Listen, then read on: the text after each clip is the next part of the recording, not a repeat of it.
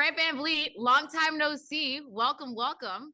Yes, First and thanks for foremost, having me. I gotta be honest. When I saw you had started a podcast, I said, "Oh, oh, the one who can't take the media is slowly becoming the media. Hold on."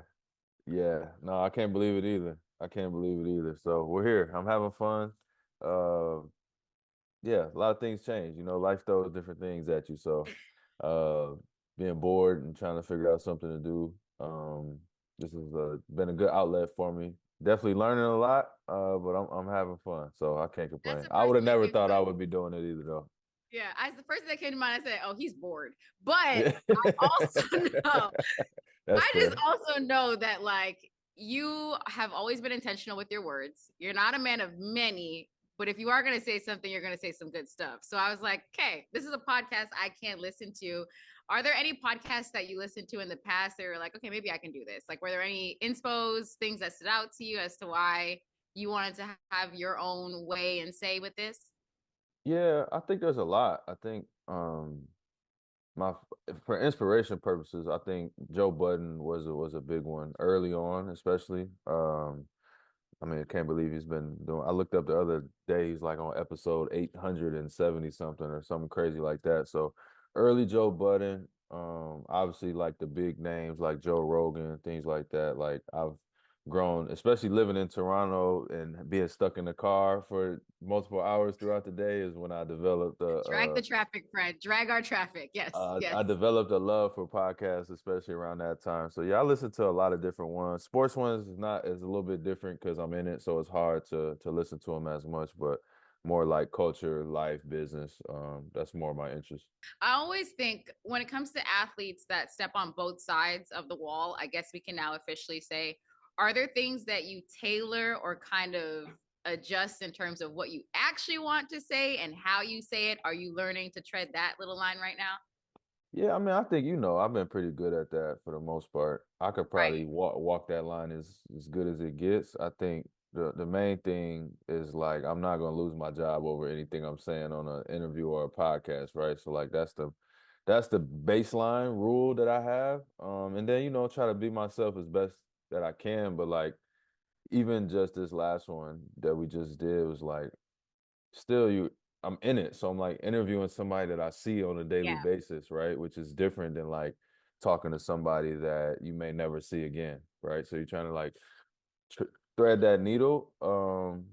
But yeah, I'm capable. It's just going to be a learning experience for sure. Was there anything that you've learned so far during your press run, we can call it, or just hopping on other Yeah. podcasts where you're like, man, I said this, but I didn't mean it that way. And that got Yeah. taken out of context. Like, what are some things that you're like, okay, hold on, let's roll that. Fred, Everything. Everything. Fred. Everything. Like literally, like Let's start off with literally Kawhi everything. because Yeah. I know you got a text after that. Yeah, well, let me start by saying, because I think I said this actually, but like, number one, I thought people at least watch the clips, Mhm. right? So like, I know people are not gonna watch a long interview, they're not gonna watch a long form. Like, I get that part of it, but like, people aren't even watching the clips. So like, you see the headline on the tweet or the Instagram attached to the clip, and they're not even watching the clip. So like, the first thing that went out was like, Kawhi told Fred on day one that he was never coming back. I'm like, me and Kawhi may have had all of 5 conversations in our whole life. You know what I'm saying? Maybe 5. So it's like Baby. that's not really what I was saying, but you can't control people's comprehension level. So I definitely and speaking about other people, you always want to be careful and mindful of them and their lives and what they got going on. But speaking for myself, I can be a little bit more open and honest. So it's tough. You never know how people are gonna take it. But Fred, we're not gonna sit here and act like we all didn't know Kawhi wasn't coming back. So that's the second part. I was surprised, and we were sitting here thinking about. You I even weren't talked. breaking news. Yeah, Like, I even talked to Kyle about it. I'm like, am I tripping or like no. was that not a known thing that he didn't want to be here? I mean, that was the first thing I remember seeing before we even made the trade was that he didn't want to be in Toronto. So I don't know. But the internet is the internet. You can't beat it. Absolutely. I think that's a great listen there too. I thought it was really special watching your interview with KD. I'm Mm, sure there's a ton of times where, throughout the season, you guys are having your dinners and travel and what have you. But it really felt like there was this breakthrough moment that you both had. And I think it was when you were asking him about what he thought when it came to small point guards in the league. right. And I really thought that was special because there was so much of him kind of like asking or telling you what he needed, then also you telling him what you needed and Yeah. what you're able to provide. Like, were you able to kind of find just a different sort of like gelling and kind of coming together as Yeah. potential, well, I mean, but not yet to be seen on the floor yet? Yeah, and ultimately that was the entire goal of what we wanted to sit down and do is just have a conversation that's more similar to regular conversations that we have instead of it being an interview. So from the beginning, he was like, I want to come on your show and I have some questions for you. You know, he just did his first interview with Kay Cunningham for Boardroom. So like he's doing it too. So it was cool because it wasn't like I was sitting there, I had to pull information out of him. We were just talking back and forth. But yeah, that was a big moment. And the only wish that I had is that like I was out there playing, so that whole Right. conversation would have more credibility to it. But also, we're still picking each other's brains. We're still learning. We're building chemistry.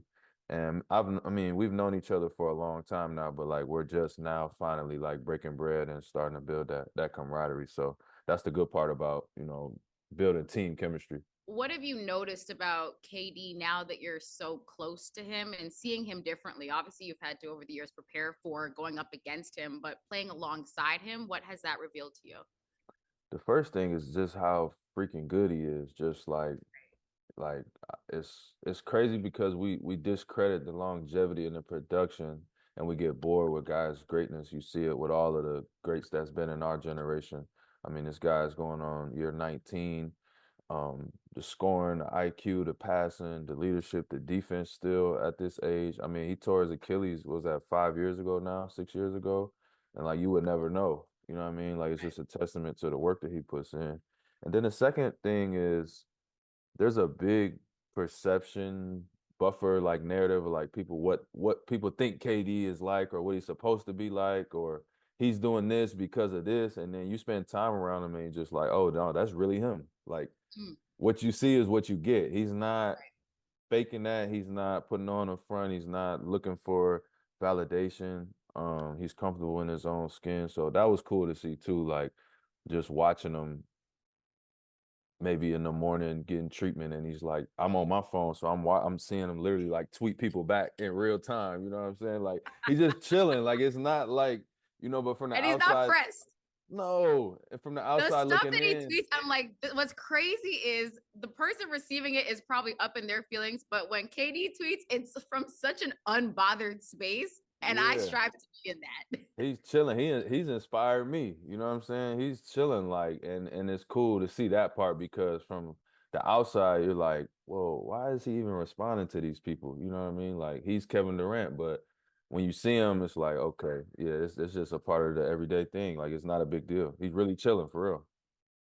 What has he taught you, or maybe shared about just his recovery from injury that you can kind of take into your recovery? Obviously, every case is different, but must Yeah. help to have someone that's gone through it.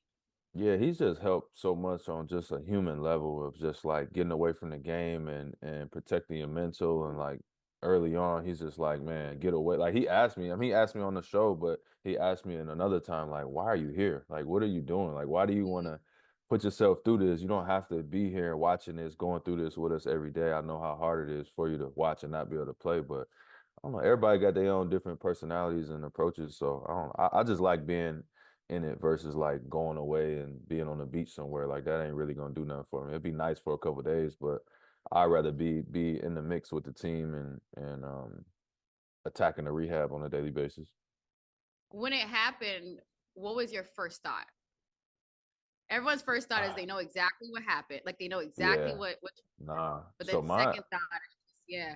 I didn't think it was that bad. Like it happened. Mm, It hurt.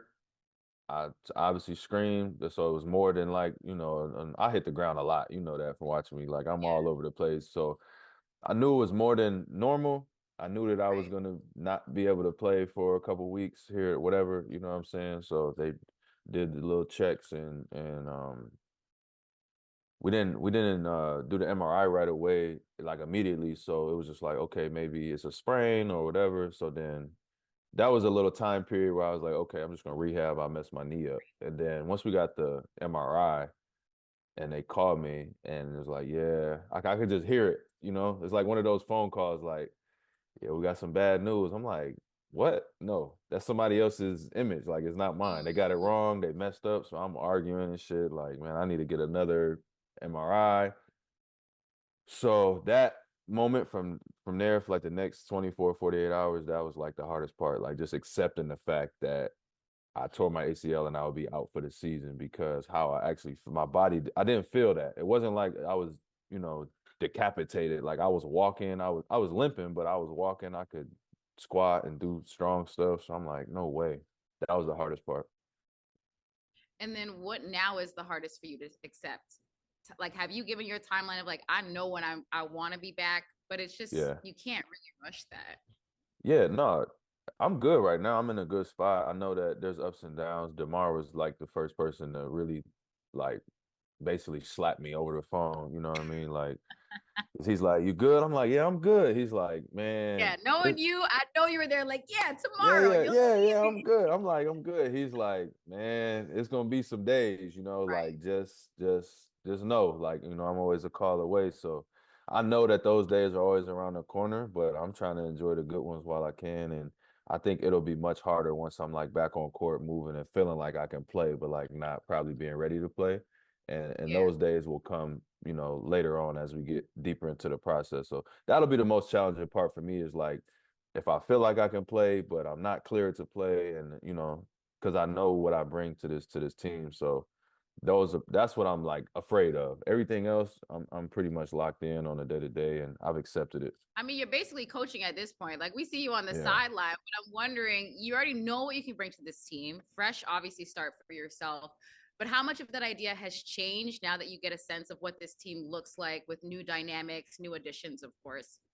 Yeah, I mean, it was going to be new anyway, whether I was hurt or not. And I think that's one thing that people don't realize is like from the outside, you're looking at how I played the last 2 years with the team that we had the last years. This is a completely different team. So like I was just ramping up, you know, doing the Birdman hand rub because I'm like, I got KD now, you know what I mean? Like I'm gonna just use him to my advantage, like, you know, Right. so that's what I was getting excited for. So yeah, the blessing obviously in disguise is that the guys get to play without me and get to develop and get more opportunity and go through the ups and downs, and they'll all be better for it whenever I do return, and then I can plug myself in and see what we need at that point in time. So yeah, I'm just studying, you know, watching, and once I get back on court, I can kind of tailor, you know, where I need to be and where I need to go.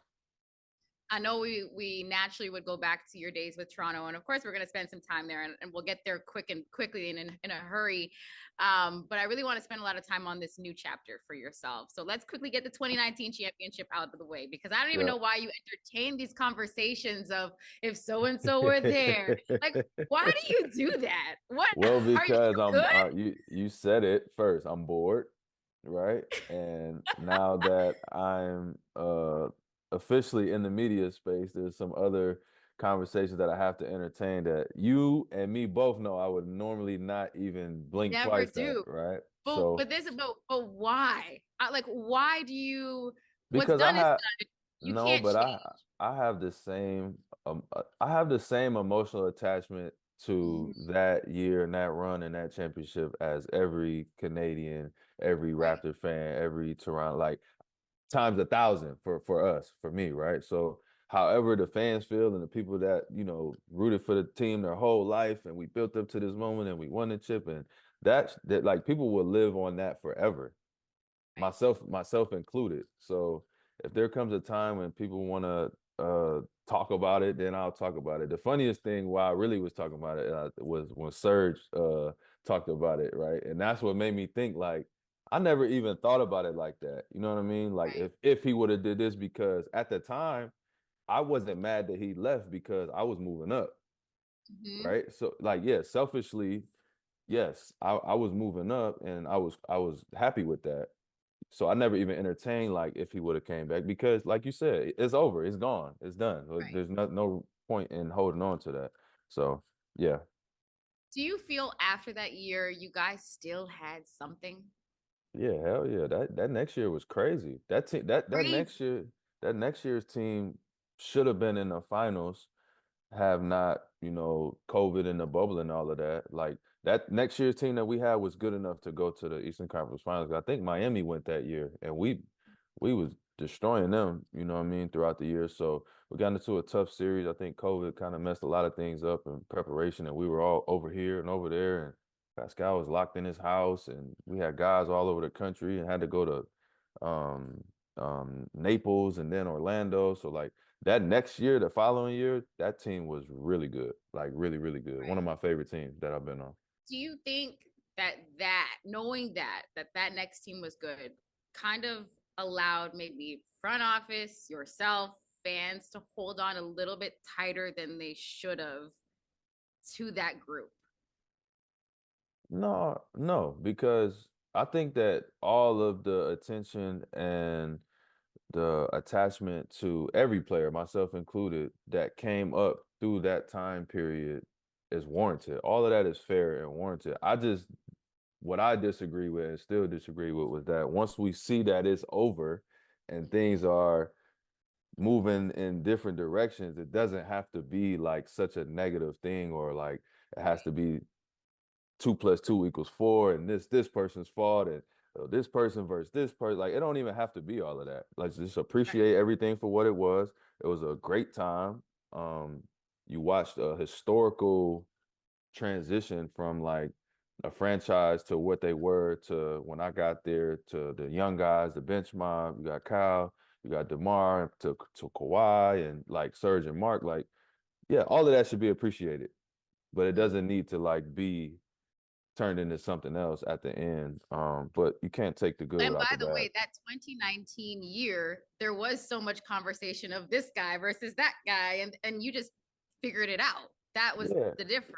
yeah, that was probably the worst year we had in terms of like Mhm. just internally and ups and downs and high emotion because we were competing for a championship. And then it's like at the end, you win the championship and all is forgotten and all is forgiven. Nobody remembers anything, good or bad. We just focus on we won the championship, so everything we did was perfect. It's like that's not the reality of the situation. So, no, I think there's naturally a championship turnover and rebuild and a process, and I think that all of that being said, the Raptors are in a good place now, and I think that should be the focus. Yeah, they're in a good place now. Which would bring me to ask you this question, which I have to ask is there was a time where it was you, Pascal, OG, and then in comes Scottie. Yeah, And the dynamic completely changes. We yeah, all saw the open gym clip. Scottie, you got the keys. yeah, From your perspective, yeah, how did that dynamic work? And in many ways, when you look back on it now, was that a necessary friction within the locker room? I mean, that I would assume it was a necessary friction yeah, because things panned out how they should have. How was it being a part of that and navigating your personal needs, but also the collective needs of the team? yeah. Well, we just talked about clickbait stuff, right? So let me figure out how I want to answer this. Um, I would say that naturally it Mm, was not a perfect fit. yes. Play styles, uh, roster balance. We had like a whole bunch of wings and one guard and not much shooting and no bigs, right? We started figuring it out. We created a whole new play style. No, now the whole league plays like that, right? Um, so I think that me being in Houston, I see that our chemistry could have covered up a lot of the natural problems that we were having if we were like a closer group. But we Right. just we just weren't really like a super duper tight knit group. And in all honesty, that had never been the case when I was there, Right. ever. Like our culture was based upon winning, working hard, and being professional and being good dudes. Like it wasn't like we were running around throwing a bunch of parties and pizza parties. Like that was never the case when I was a rookie or my second year or my third year. So seeing how that transpired later on, it was like, okay, this is when we need the happy-go-lucky stuff to kind of cover up for some of the issues that we were having on the court. But I don't know, we finished in the 5th seed one year, and then the next year we was a play-in team, and that was it. That's really all it boiled down to. Like, it just wasn't good enough to handle. We had good players, and the team wasn't performing. You move on. That's the business of the game. But coming off of the championship, everything is overanalyzed and looked into, and trying to figure out what's wrong and who don't like who and this, that, and the So third. that And was, you know what I let's mean? clear that up because everyone Yeah. would say Fred just didn't like nobody. Right. Yeah. And if you come watch me practice on a daily basis, you probably will come away with that same conclusion, like Same in thing. life, right? Like that's Yeah. just me. So I think that we definitely weren't as close as we could have been. Um, I could have done a lot of things better and differently, and I'll take my responsibility for that. I won't speak on anybody else or what could have happened or should have happened. All great dudes, got great relationship with them still, and I promise you, if it's somebody that I don't like, that's not gonna change. So the fact that I'm still good with all those dudes, probably closer with them now than I was before, is like a testament to like there was never an issue. It just Yeah. was the situation was a little sticky for us, and what we needed to have to cover up some of that we didn't have. Well, when you started coming around, I think was when I started coming around and Case was coach. And Case is Right. not with the rah No, we not with the weren't. rah at all. Yeah, we weren't doing that, and it's like it's so many other layers to it, that I can't ever speak about or go into just because of the type of person I am. But like when I came in, we had roll cards. Cases would laminate them like on an index card, roll card, and it would come in from day one and say, "Kyle and DeMar, they're gonna shoot all the shots. Everybody else get in where you fit in. Young guys, you gotta bring the energy. Don't say nothing. Don't complain." And that built up the culture that we had up until the point for where we were ready to win the championship. Now, those things changed. We had a coaching change. We had a lot of things change. We had different players. But all in all, you got to go through all of those phases as a franchise. And I think we just saw what that phase was. And coming off of the championship, it was hard to deal with that because it's like, man, we know this team is better than this. But Right. we just didn't perform in the following year for whatever reason. It's wild to say you're in year 10. Right. Like 10. Right. What from year one still stays with you in terms of pillars and just fundamentals that you've had kind of coming into this league that you were just not about to negotiate with? Man, just be good to the game, and the game will be good to you. So that means, like, get in there early, right? Like being professional, bringing energy, staying late, working out, going 2-a-days, 3-a-days, having a good rapport with the coaches, not complaining, not blaming anybody else. Like all of those principles is just things that I could carry with me when I go to work every day. And then the talent and God-given abilities and all of those things will add on top to that. But you got to have a solid foundation. And I had one coming into the league, but I definitely was able to build upon that with Case and even Masai and the management, like just the way that they built us up. And I think that that's where the player development comes from, because it's like you think that they're in the gym teaching us like how to play and how to make a dribble move and all of that, but it's more like a system in place of like, you're gonna come here and we're gonna try to squeeze every ounce of potential that you have out. And I think that all of us did that. All of us maximized our potential and our opportunity. And that's one thing that I take a lot of pride in. What are the ways that you've had to have multiple ego deaths to get to year 10? Uh just being adaptable in the role, Mm, and not being stuck on what I think I want to do. But again, like coming in undrafted, I had to kill my ego a bunch of times, right? So like yes. Yeah. I killed my ego my freshman year of college when I thought I was the biggest man walking and I had to come off the bench. And then I had to do it again coming in the league. I'm a best point guard in the country in my mind, but I go undrafted. So I come in, I'm like not playing. I'm coming off the bench in summer league my first year. I'm like, okay, do it again, right? And so those moments keep happening, but like I always just kept my goals in mind, what I wanted to do, and what I wanted to get to was be the best player I can be, win championships, and make money. And I've never hid from that, and I'm standing on that. That's what I came into this league for. Does it change how you see new guys coming into the league? It's not on some like get off my lawn type of attitude, but there are some people that come in and they just Yeah. here happy. They don't know kind of that level of grind, and it's not to say that they never will know or they never have. But I'm wondering when you're in such close proximity to that, what does Yeah. that do for you?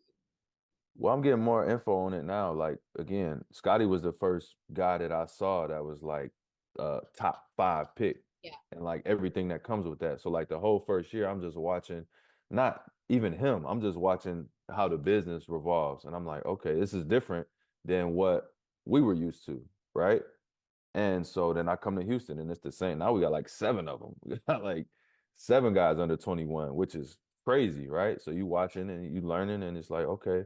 And the biggest thing I could say is there's a lot of things that are non-negotiable, like you said, and then there's certain characteristic traits that the great ones have, and you gotta have them, and all the greats have them, right? And then your personality and however you go here and there, everybody does things differently, but it's like a lazy guy is not gonna work.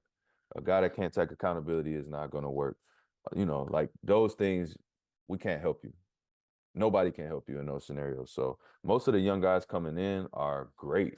All of the ones that I've had contact with have been great. Scottie was great. Jalen was great. Sengun, Amen, Reed. Reed is amazing. Like all of these kids, Bari, all of the guys that I've been around have been amazing. It's just like they don't know what they don't know, and then it's Mm-hmm. somebody's job to teach them and help them along the way. What's the biggest, not heartbreak, but maybe lesson about this truly being a business that you've had to learn that sets you up in such a way that now you can use that information as president of the NBAPA? Mm. Yeah, I would just say because I can only speak from my vantage point. So there was always like a glass ceiling for me that I Mm-hmm. could never, and that's fair. Like it's business. I get it. I don't know if that pertains to the NBPA, but I definitely share that with all of the guys that come in undrafted, all of the guys that come in on 2 ways, the guys that's trying to make it, like and trying to crack the rotation. Because I remember each step. So like we're just up against so much more, right? We got way less opportunity to make a impact, and we're just working against so much more than say, a top pick who is it's in this organization's best interest for this guy to succeed. There's guys that's coming in that's very capable, that's good, that just have more against them, and that's life. And you can't complain about it, but you should you should recognize it.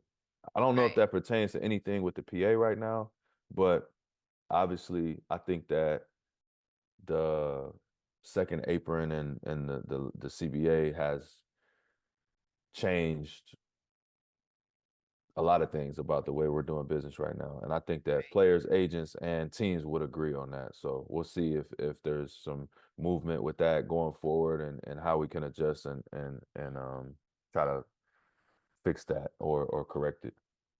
Well, I think just your path kind of put you in the perfect fit for this role because you see it from both sides, both lenses, of course. When you think about business, though, you've always been about business. What was the first wake up call for you that, like, you kind of have to shift your mindset of, yes, you're obsessed with the game and that's what's going to show out on the floor. But what was that first, like, no, I got to think about this a little bit differently to set my family up from like a generational standpoint? Yeah, just learning the ins and outs and the history of guys coming through the league and learning like the window is only the average career is 3 years or 4 years, whatever it was, right? It's like, okay, well, first of all, it could go quick. I could be out. Second Right. of all, I'm coming in a little later from 4 years. So I'm coming in at 22, 23. So I just want to play 10. I play 10, I get the pension and the insurance and all of that. I'm like, all right, I'm cool, I'm good. And then you learn more. It's like, it's not about how much money you make. It's like what you do with it and can you save it and can you live off of it? Because now you Yeah. go from say you come in at 22, you play to your 32, you still got another 50 years of your life, God willing. So, especially if you don't know what you want to do in life, you need to protect the chicken that you were able to run up while you're in the league. So my first 2 years was a lot of just like looking around, asking questions, asking Kyle, DeMar, learning through the league, learning through the PA, learning the history of how the things work. Taxes is the number one thing. Like, That thing's gonna get you. And you're in Canada. ooh, Good luck. oh, Good yeah.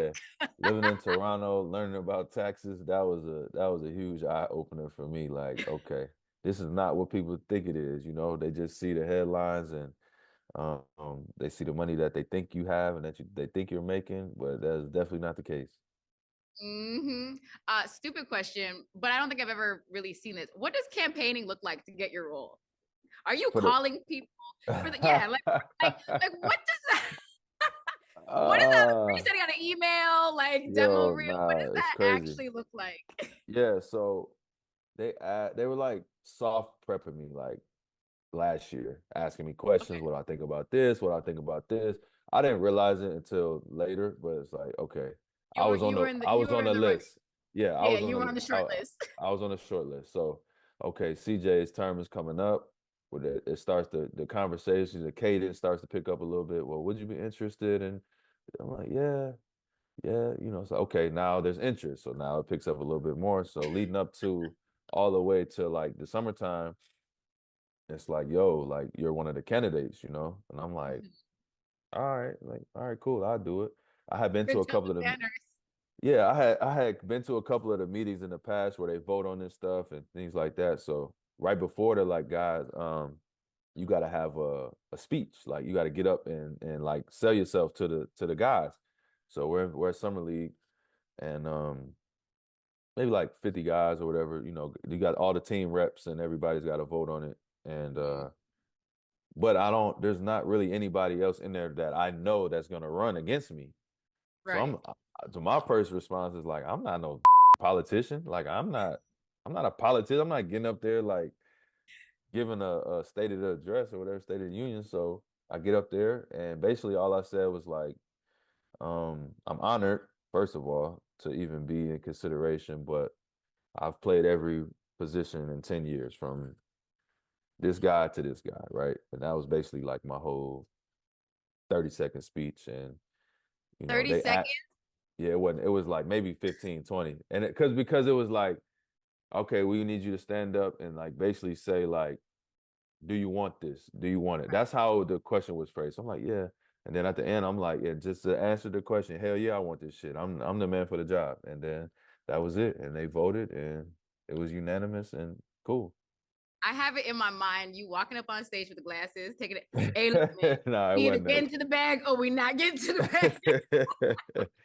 No, it wasn't. It wasn't really that dramatic, but it was cool to like look around in the room and see a bunch of younger guys, first of all, because I still feel like I'm a young guy just because I'm a little brother and that's how I came into the league. But to see a lot of the younger guys look and you get that respect and that admiration, and I think people, if they don't like me, they at least respect it, the journey. Yeah. I mean, I don't think I've talked to anyone about you where they've not at least said that they respect you. You've tweeted a little bit more, which we love Yep. to see. You're very active on socials in terms of just how you've seen the league go. One of the things you brought up, I think, was scheduling. Yep. Where do you think you land on schedule?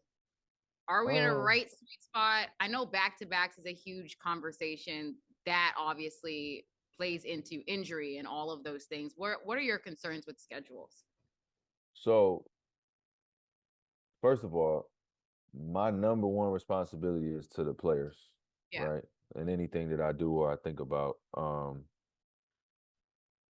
But right secondary, 1A, 1B is like the game itself. So those are Mm, my first two focuses. The business and all of this other stuff is like we have people to worry about that stuff. yeah. What I would say is if our priority is player availability, Yep. health and wellness, it probably should be considered, right? Take a look at it, Sure. see if there's another option, right? Yeah, whatever. I don't know, extend it, shorten it, whatever. I think it's Yeah. worth consideration. Two would be the business side of it. If it's not even like if it doesn't make sense, then we don't even need to talk about it, right? So like whatever the business model is, was like we need 82 games for the streaming deal and this, that, and the third. It's like okay, then we don't even need to talk about it because the majority of guys are going to side on the side of like making the most money possible, right? It's our job to be ready to play. Um,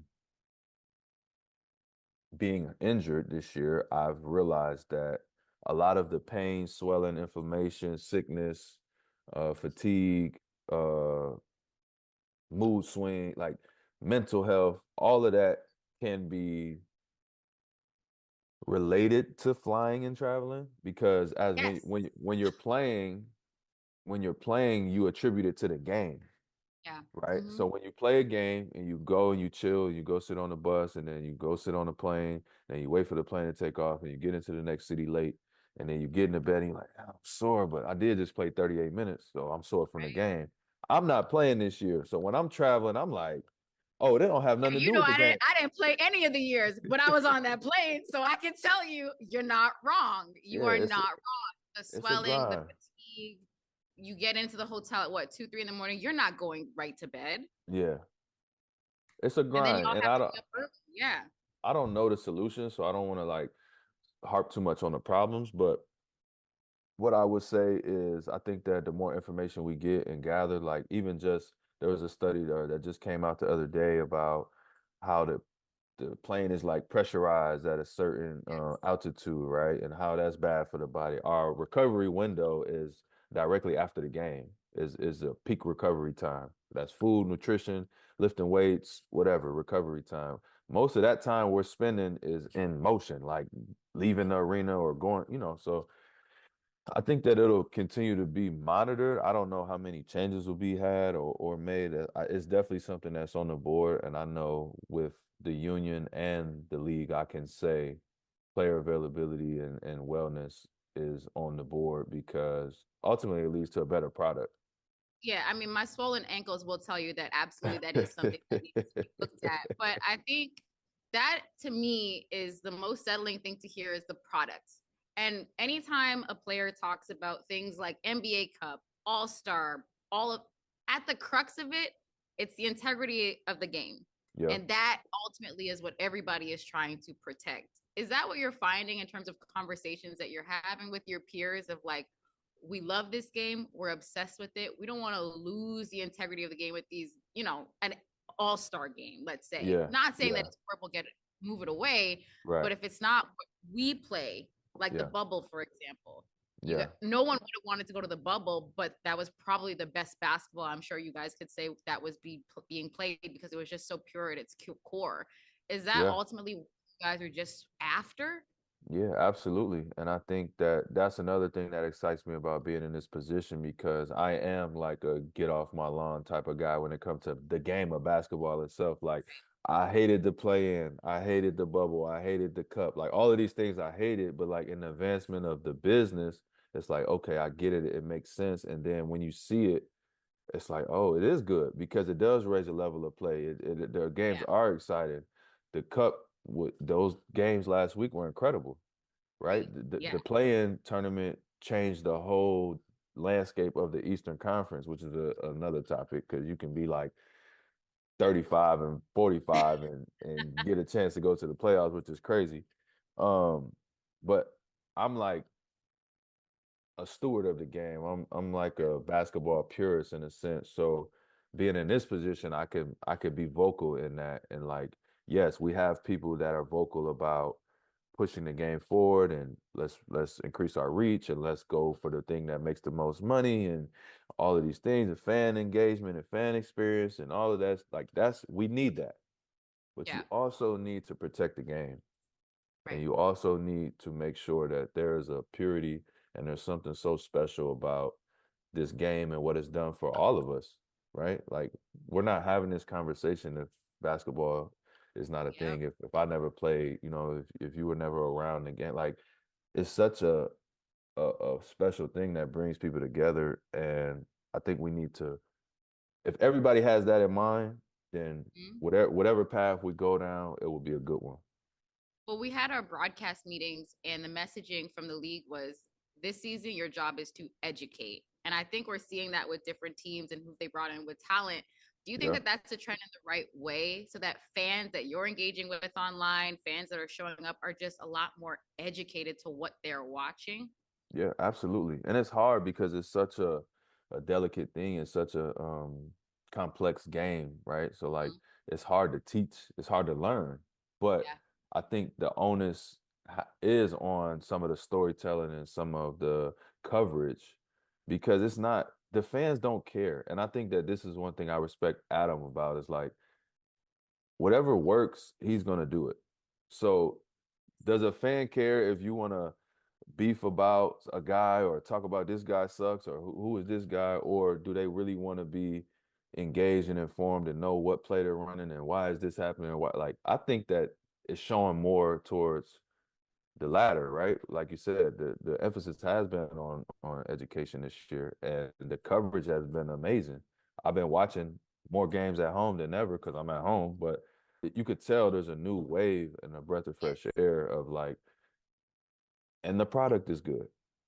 So if the Hmm. product is good and the packaging is good, we're good, right? Yeah. And protect that, and you keep building it. And then lastly, for me, in terms of just new media and now you being a part of that, obviously there's been a lot of podcasts, a lot of players stepping into that role. But when you think about where you can take things, what does that vision look like in terms of the ownership and the autonomy you can have in your own storytelling? Yeah, I think it boils down. We get caught up in like who's doing what and why they're doing it and what they're Yeah. and it's just like we forget that it's just based on people, right? So like this is my opportunity to put myself out there, which I've never done. Um, He's speak growing, guys. publicly, which I've never done. You know what I mean? And not that I'm gonna be giving takes on trending topics every day, but like this is my opportunity to present myself in the which way that I want to do that. And I think that's powerful for every other player in person that wants to get into the space. So another player is going to have a totally different aspect of what they want to do. But as long as they're being true to themselves and their business is good, then we support that, right? So I think I'm more so like breaking the mold of like being able to do it in the way that I want to do it. So whatever you Yeah. see from me, just know it's gonna be this is the way that I wanted to do it, and I'm not grading that off of like views and shares and likes and retweets and all of that. I'm not doing it to pay no bills. I'm just doing it as an expression of myself. And starting out, I know that this is a space that I can be present and be vocal in, and ultimately, I know that my voice carries some weight, and I'm owning that now. Whereas before, I would shy away from it. Yeah. I think also too, it's an extension of how you've always been. You say something, you mean it. And people can watch the whole clip or they don't watch the whole clip, but you said what you said. That's the Right. responsibility of people. What do you hope people learn more about you and how you show up and the ways in which you're sharing more of yourself? Um, I would say just use me more as like an example than what I want them to learn about me. Like if you know me, then you know me. Like I'm one of those type of people. Like I'm not gonna sit here and tell you all about myself. Like the people that You know only me, got a 30-second, you got a 30-second speech for your if you know me, then you know me, and that's like the realest thing I could say. But Yeah. on the standpoint of like, I know how influential I am, and I know my peers and people that I look up to. I know that they watch me and they look at me, and they might question it at first, but they'll get it later on. And I think I'm just trying to inspire people the way that I've been inspired. Watching DeMar, watching Kyle, watching all of these guys that I looked up to and watch them navigate things is allowing me to now be in this position to where I hope I can do the same for the guys that's coming after me. Absolutely. Well, Fred, thanks so much for taking the time and Mhm. congratulations. No problem. Thank you.